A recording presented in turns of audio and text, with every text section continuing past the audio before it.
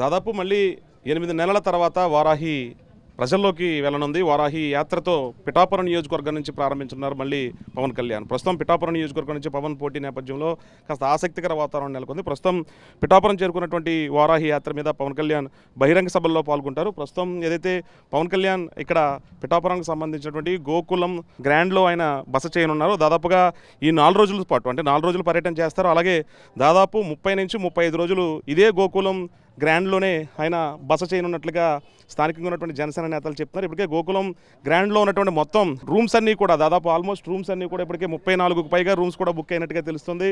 దీనికి సంబంధించి జనసేన బృందంతో పాటు జనసేనకు సంబంధించిన ముఖ్యమైన నేతలు నాదెండ్ల మనోహర్ కానవచ్చు, నాగబాబు కానవచ్చు ఇప్పటికే పిఠాపురం వేదికగా రాజకీయం రణరంగంగా మారనుంది. మొదట పద్మనాభం కూడా శపథాలు చేశారు. పవన్ కళ్యాణ్ని పిఠాపురం నుంచి ఖచ్చితంగా మేము ఓడించే దిశగా అడుగులు వేస్తాము, పిఠాపురం మండల స్థాయిలో మీటింగులు పెట్టుకుని ఇక్కడ ఖచ్చితంగా టీడీపీ జనసేన భూస్థాపితం చేసే విధంగా పావులు కదుపుతామనేది మొదట పద్మనాభం చెప్తున్నారు. ఇటు పవన్ కళ్యాణ్ సంబంధించి మొదటి రోజు ఇక్కడ పిఠాపురం నియోజకవర్గంలో ఒక బహిరంగ సభతో పాటు స్థానికంగా ఉన్నటువంటి సమావేశ నేతలతో సమావేశం అవుతారు. టీడీపీ జనసేన బీజేపీ నేతలతో ఈ 2-3 రోజులు కూడా రోజు సమావేశాలు ఉంటాయి. అనంతరం కార్యకర్తలకు అభివాదం చేస్తూ స్థానికంగా ఉన్నటువంటి ఉప్పాడ ప్రాంతం కానవచ్చు, చెబ్రోలు ప్రాంతం కానవచ్చు అనేక ప్రాంతాల్లో ఉన్నటువంటి ప్రజలకు అభివాదం చేస్తూ ఇక్కడ ఏదైతే నియోజకవర్గం నుంచి పోటీ చేస్తున్న పవన్ కళ్యాణ్ ఇక్కడ నుంచి నా స్వస్థలం కానవచ్చు, నా నివాసం కానవచ్చు పూర్తి స్థాయిలో పిఠాపురం ఉంటుందని ఇప్పటికే పవన్ కళ్యాణ్ సంకేతాలు ఇచ్చిన నేపథ్యంలో 1,00,000 మెజారిటీ పైనే ఇప్పటికే వస్తుందని తంగెళ్ల ఉదయ్ శ్రీనివాస్ ప్రస్తుతం కాకినాడ నియోజకవర్గ ఉమ్మడి ఎంపీ అభ్యర్థిగా ఉన్నటువంటి తంగెళ్ల ఉదయ్ శ్రీనివాస్ సాక్షిగా 1,00,000 మెజారిటీ పైన వస్తుందని చెప్పిన నేపథ్యంలో స్థానికంగా ఉన్నటువంటి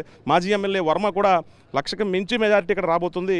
ఎన్ని పావులు కదిపినా ఎన్ని పన్నాగాలు వైసీపీ నేతల పనినా కూడా విజయం తథ్యం, ఆ విజయం కోసం మేము కృషి చేస్తామంటూ ఉమ్మడి పొత్తులో భాగంగా వర్మ కూడా చెప్తారు. ప్రస్తుతం వారాహికి సంబంధించి పిఠాపురం రోడ్ల మీద మొత్తం జనాల్లోకి వెళ్ళబోతుంది. ఇదే వారాహిలో దాదాపుగా జూన్లో ఉమ్మడి గోదావరి జిల్లాలపై పర్యటించిన పవన్ కళ్యాణ్ మళ్ళీ తిరిగి పిఠాపురం నియోజకవర్గంలో ఎక్కడి నుంచి పోటీ చేస్తారన్న ఆసక్తి నేపథ్యంలో దానికి కన్క్లూజ్ ఇచ్చారు. పిఠాపురం నుంచి పోటీ చేస్తున్న పవన్ కళ్యాణ్ ఖచ్చితంగా వారాహితోనే మళ్ళీ ఆయన విజయం తీసుకుని ముందుకెళ్ళబోతున్నారు.